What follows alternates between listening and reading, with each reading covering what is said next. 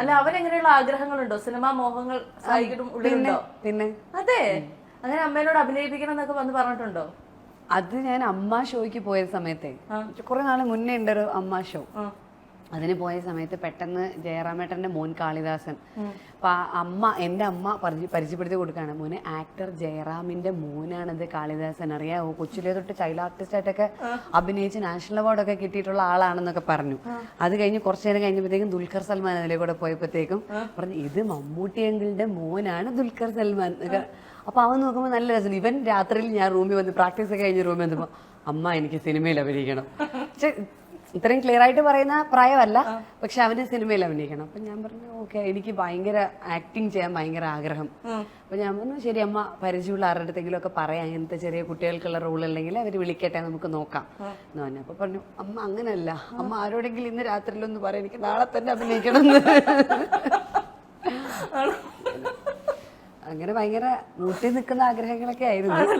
എന്നിട്ട് അമ്മ എന്തിനു സഹായിച്ചോ? വർഷം ഇത്ര കടന്നു പോയി അതിന് ശേഷം? ഇല്ല. അതെന്താ?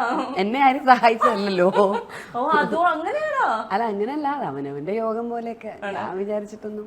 ശ്രദ്ധിച്ച ഒരു കാര്യം പറയട്ടെ, അതായത് രണ്ടുപേരുടെ ഇന്റർവ്യൂസ് നമുക്ക് ബോറടിക്കാതിരുന്ന് കണ്ടോണ്ടിരിക്കാൻ പറ്റും. എന്റെ അനുഭവത്തിന് പുറത്ത് പറഞ്ഞ ഒന്ന് വിനീത് ശ്രീനിവാസൻ, പിന്നെ ഞാനിപ്പോ ശ്രദ്ധിച്ചത് നവ്യ നായരാണ്. സത്യമായിട്ടും വിനീതനല്ലല്ലോ. അതെ, പക്ഷെ ഞങ്ങൾക്ക് എന്താ ഭയങ്കര വിനീതമായിട്ട്, എന്താ പറയാ, നമ്മുടെ പ്രസൻസ് ഓഫ് മൈൻഡോട് കൂടി ഭയങ്കര ക്ലിയർ ആയിട്ട് ആൻസേഴ്സ് പറയുന്നതായിട്ട് എനിക്ക് ഭയങ്കരമായി ഫീൽ ചെയ്തിരുന്നു. എനിക്ക് വിനീതിന്റെ സിനിമകളൊക്കെ ഭയങ്കര ഇഷ്ടമാണ്. നമ്മളെ എപ്പോഴും പറയും, അതായത് കല്യാണമൊക്കെ കഴിഞ്ഞ് പോയി കഴിഞ്ഞാൽ പിന്നെ ഏൺ ചെയ്തുകൊണ്ടിരുന്ന സ്ത്രീകള് പെട്ടെന്ന് വീട്ടിലേക്ക് ഇരുന്ന് കഴിഞ്ഞാൽ ഒരു വല്ലാത്ത ഡിപ്രഷൻ ഫേസിലേക്ക് പോകും, അല്ലെങ്കിൽ അങ്ങനത്തെ ഒരു ഒന്നും ചെയ്യാനില്ലാതെ വീട്ടിലിരിക്കുന്ന ഒരു സിറ്റുവേഷൻ എന്ന് പറയുന്നത് ഭയങ്കര ബുദ്ധിമുട്ടാണെന്ന് പറയും. അങ്ങനത്തെ ഇല്ല, ഞാൻ അതിനൊക്കെ മെന്റലി പ്രിപ്പയർഡ് ആയിട്ടാണ് കല്യാണം കഴിച്ചത്. പിന്നെ ഞാൻ ആ കാര്യത്തിലൊന്നും വെറുതെ ഇരുന്നിട്ടില്ല. ഞാൻ ഡാൻസ് ചെയ്യുമായിരുന്നു, ഡാൻസ് പ്രോഗ്രാംസ് ഉണ്ടായിരുന്നു, ഞാൻ മിനി സ്ക്രീനിൽ ഷോസ് ചെയ്തിട്ടുണ്ടായിരുന്നു. അപ്പൊ അതുകൊണ്ട് അങ്ങനെയുള്ള പ്രശ്നങ്ങളൊന്നും ഉണ്ടായിരുന്നു. സാമ്പത്തികമായിട്ടുള്ള ഇതൊന്നും ഈശ്വരൻ വരുത്തിയിട്ടില്ല. ഇല്ല. ചേച്ചിയുടെ ഒരു ലൈഫിലൊരു വലിയ ഗോൾ എന്താണ്? റിനൗണ്ട് ആയിട്ടുള്ള ഒരു ആർട്ടിസ്റ്റ് ആവണം എന്നുള്ളത്. ഓൾറെഡി അച്ചീവ് ചെയ്തില്ലേ? അങ്ങനെയല്ല, കേരളത്തിൽ മാത്രമാണല്ലോ നമ്മൾ റിനൗണ്ട്, അല്ലാതെ അങ്ങനെയൊന്നുമല്ല. ഞാൻ ഉദ്ദേശിക്കുന്നത് കുറച്ചും കൂടെ റിനൗണ്ട് ആയിട്ടുള്ള